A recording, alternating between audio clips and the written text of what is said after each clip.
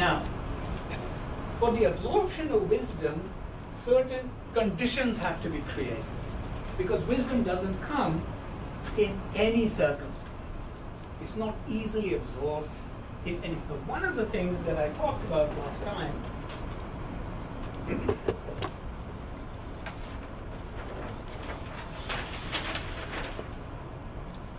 was an open mind.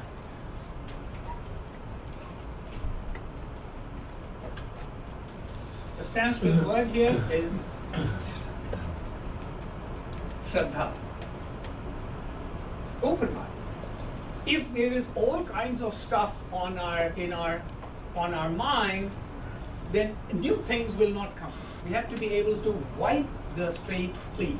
So I will send you the bibliography, so you don't have to write it down. I know some of you are writing it down, but you don't have to. I'll send you a bibliography. So, but can you just get the idea that an open mind, the willingness to see things from a different perspective, is very, very important. So that's the key point that I want to make here. This ability to wipe our minds clean is a gift that we consider in our tradition. There's a Sanskrit word for it. I won't write it down because you'll just get overwhelmed with it. It's ahohana for those people who are interested in it. It's a particular capability that we have to shed, to cleanse our mind. You know, we like forgive, to let go of grudges. We have that capacity in us, not used, but we have it. We have to also have humility. Because if we don't have humility, our own opinions will be so strong in us. Rahul, I'm going to ask you to I'm taking notes. Okay. I'm sorry.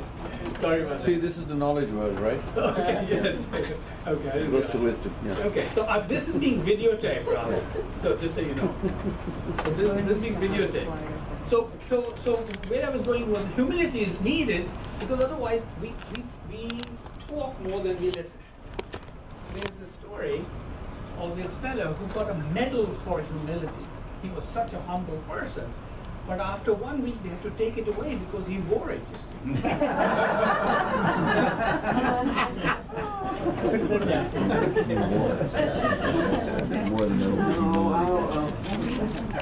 The other condition, so there's open mind, humility. The second condition is a group of people such as this who are willing to have an open mind and discuss things.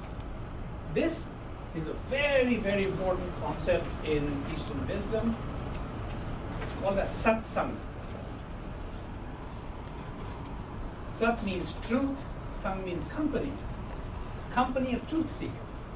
This is a satsang. This is a satsang. People who are here because they want to know, what is this thing? There's another very good example of it, which if you have not experienced, you should. My friend Sissy is there in the back, Jim here have, Larry has, Brenda has, Estelle has, many people have. This is a group that's called the Socrates Cafe. Have you ever heard of this? Meets many places in Sarasota, in the Selby Library at 10:30 and 10:30 to noon on the first and third Wednesdays of every month. And it is a particular format that invites people to participate in a discussion in a very safe environment. So it's like a potluck of ideas, where people present their ideas, but the other people in the room aren't there critiquing it and jumping on them and so on. It's not a debate format. So you bring your ideas to the table, and people take what they like. So it's an emphasis on very careful listening. I'm just going to finish with one particular story that I wanted to tell on satsang. Now, satsang doesn't mean just listening. So now I have to take you to a scene in India. where I'm from, my culture. So Indian husbands tend to be demanding and entitled.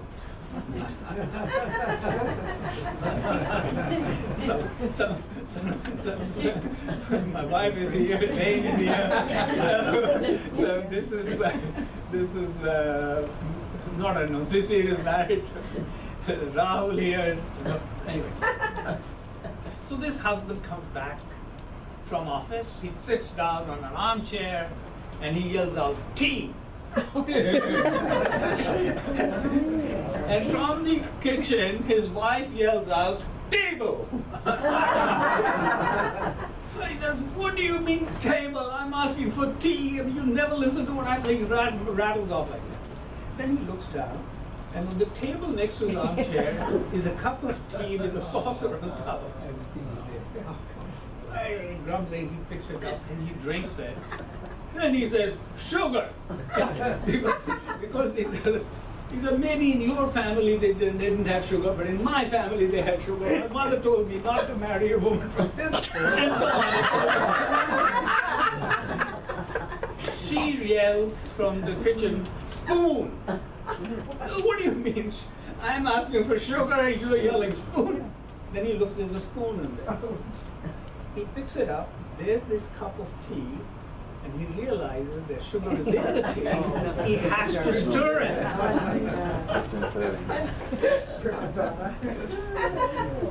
Prima donna. The story, moral of the story is that listening to things is not enough. We have to debate it. We have to wrestle with the ideas. We have to try to implement them into our lives. We have to stir it. Right? And why do we not stir things? Why do we hang on to things? Because we don't always have humility.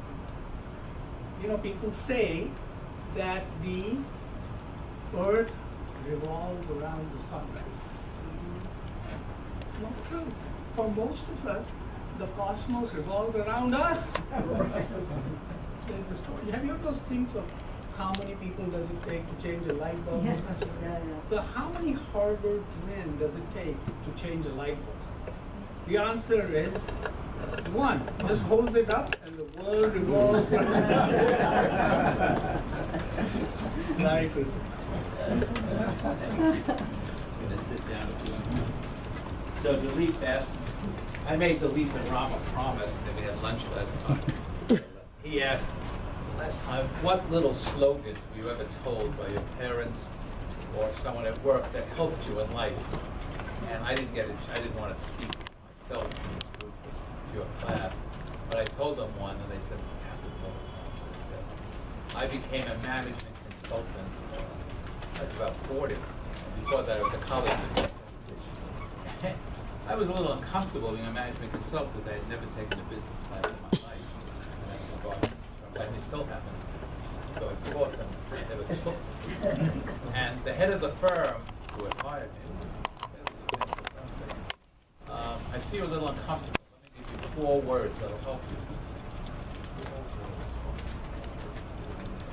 He looked at me and said, think Yiddish, dress British. My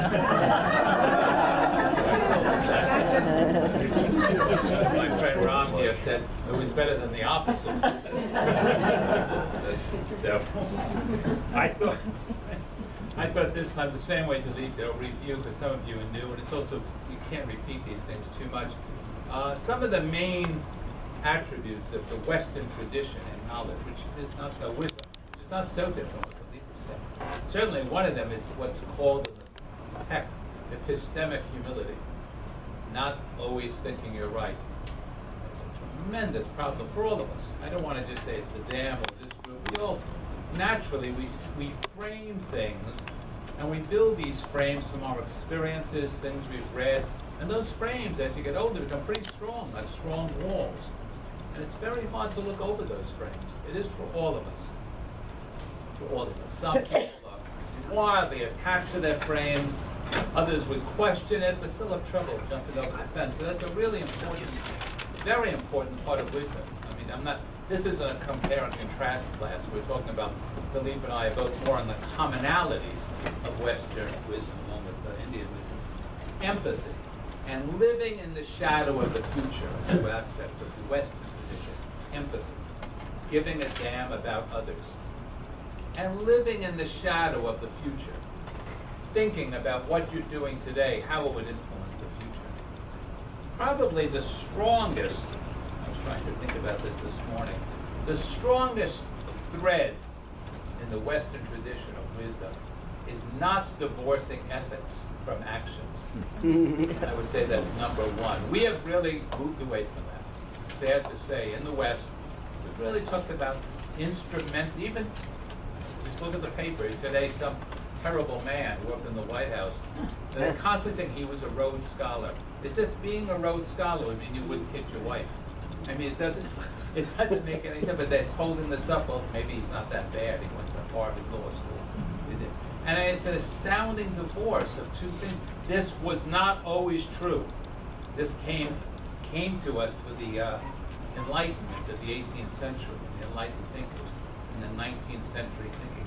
But until then, no one would think that you could divorce ethics from action. You wouldn't think that way.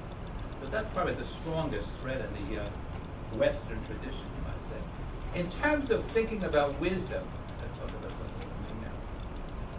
There are two sort of major schools of thought in terms of just dealing with wisdom. One is more philosophy, religion, and the history of thinking. The other is psychology.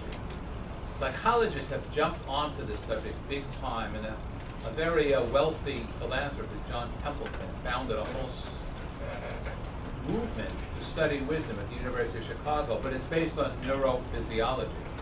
They try to reduce, I know it sounds odd, but they try to reduce wisdom to the wiring of your brain. Now, I don't want to, maybe there's some truth to this. I don't know. I don't know enough. I don't understand enough. But it strikes me as maybe a little bizarro. But people love certainty. Look, I could show you in a brain scan, you're not that wise because these neurons aren't firing. It may be true. I really am trying to be open about this. But certainly it's not the way I view it. But I wanted to talk a little bit about that. So, when we talk about the wisdom tradition, I want to be really clear about something. This is Dilip also mentioned this today.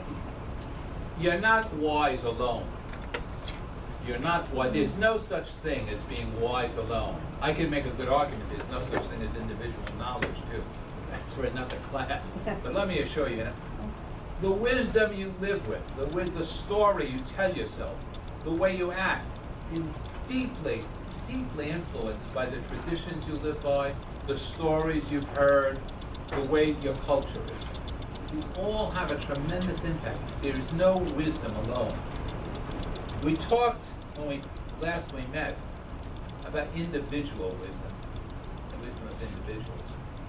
But there are also other ways to think about this that may be even more important in some ways. The wisdom of organizations and the wisdom of countries. Now, what do you mean organizations?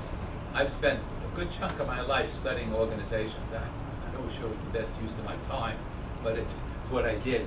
And you begin to see, after a very short time, some companies, some organizations, really have no wisdom at all.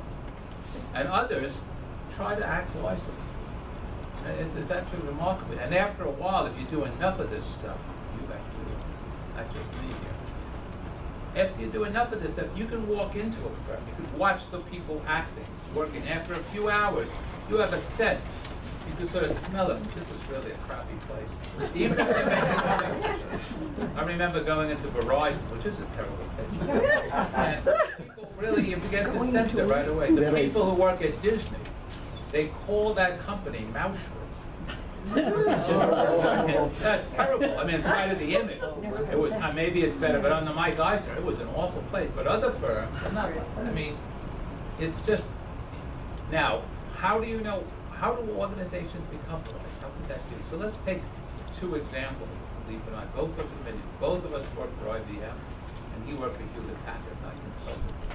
Hewlett-Packard at one time was a wise company.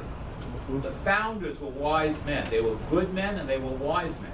And they ran that company that way, and they became an icon of American technology, a really wise and good firm. They made good products, they were held up. because there was openness of communication, the doors were open, you could call people up, you could discuss. Wisdom comes from action, and action of sharing, and just what he was talking about, action of doing. And then, as nature has it, they died. And it was taken over, as many firms do, by accountants. Glorified accountants, whatever you want to call them, they were accountants. And the firm lost its soul. It lost its soul. They hired terrible people to run it. You know, the people who, when they kept, remember one of these CEOs, Mark Feld, when they kept, the papers played up, he was a great cost cutter. Not innovative, not full of caring for his work, just was a cost cutter. Well, anyone could. Well, how hard do you think that is? But to do things differently takes real soul and brains. It takes caring. So HP became what it is now, which is not much of a firm. I worked for IBM, much bad karma and other lives. And at one time, that was also a great firm. And then they hired a guy who was running the Bisco and was a partner at McKinsey, and all he cared about was money. So he bought, when I was there, he bought a company called Lotus, which makes software. Lotus 1, 2, 3, Lotus, and all that. So I was in that building, I worked in that building, and the people in Lotus were sort of excited. Said, gee, now we have a big brother who has a lot of money, who could support a lot of interesting R&D and new activities. We could hire some world-class programmers. He never visited. He bought that, but he never once came to see them. Lotus is in Boston, IBM was in New York. So he has his own plane. He has more than one plane. He could take 5 planes if he wanted to. He never came. They were deeply disappointed. He never bothered to come up an hour and say, here's what we're going to do. And they didn't give them any money. And Lotus became a name on a box. So all that was wasted. Acting without wisdom, not showing up. I remember once I had to evaluate people as an executive at IBM who I had never met. And I just refused to do it. I'm not going to evaluate someone I never met. That's insane. But to them, it was perfectly rational. And that's taught in business schools. You could all think of companies that started out wonderfully and ended up terribly. Wisdom is, it comes and goes. It's not eternal. The principles are eternal. The principles we're talking about, I think, are true, at least they've been true since humans began. Maybe they'll be true to the end. But the wiseness of a company and the wiseness of a country moves around. It changes. Go to the year 1200. What do you think what we now call Norway and Sweden, what were they like in the year 1200? They were pretty nasty, especially if you were French or Irish. I mean, these are the Vikings. They came, they burnt everything, they killed everyone they could find, raped, took all the wealth. They were just awful. And today they're two of the most admired, peaceful, wise countries in the world. I throw Denmark in too, which is, I think, one of the wisest countries in the world. They're very proud. They're tall and blonde, say we're the descendant of the Vikings, but they're nothing like the Vikings. Very law-abiding people. Not wise, wise. Countries come in, it's interesting how wisdom happens in places. What brings it on, what kills it. Ireland had fought. In Ireland, there was fighting for 800 years. And then peace broke out. And there's no more fighting. How did that happen? The actions of wise people. People got fed up with fighting. It's an interesting thing, how these things happen. As I've mentioned last time, I mean, Germany in 1930 was the most knowledge-advanced country in the world. #1 in terms of Nobel Prize, universities, scholarly activities, any way you want to measure knowledge. Germany was right up there. 1930, 1935, Hitler was running the country, and they just go crazy and kill billions of people.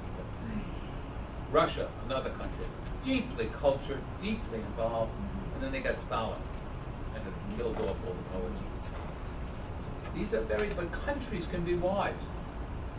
Give me another example, to compare two countries today. Norway has an enormous influx of wealth they never thought they'd have. They discovered oil and gas in the North Sea. They didn't know that. They thought they'd always be, shipping ice and living a very quiet life, not having any money. But they've become enormously wealthy because of that. What do they do with that money? Do any of you know?